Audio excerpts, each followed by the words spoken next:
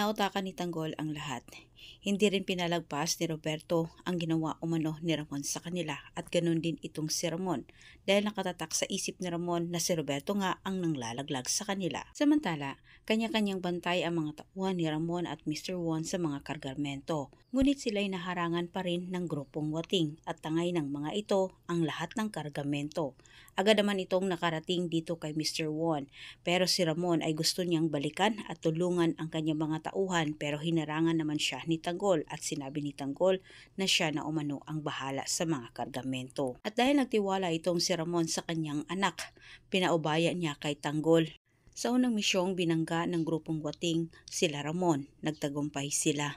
Ngunit si Tanggol ay dumidiskarte. Ayaw niya na mauwi sa wala ang pinaghirapan ng kanyang ama, kaya ang pera na kanilang ibinayad ng dayuhang ito, tangay din ni Tanggol at ibinalik sa kanyang ama.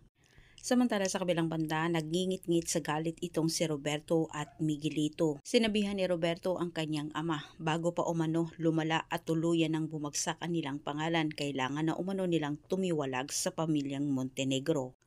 Ngunit itong si Gustavo, tilang ayaw niyang kumawala sa mga Montenegro. Sinabi niya huli na umano ang lahat. Nagulat na lang silang lahat nang may ipinadala naman kay Miguelito, larawan niya nakasama sa nasabing transaksyon. Naniniwala naman itong si Roberto at Gustavo na may isang tao umano ang nagtraidor sa kanila at maaring ito ay nasa loob lamang umano ng kanilang pamilya.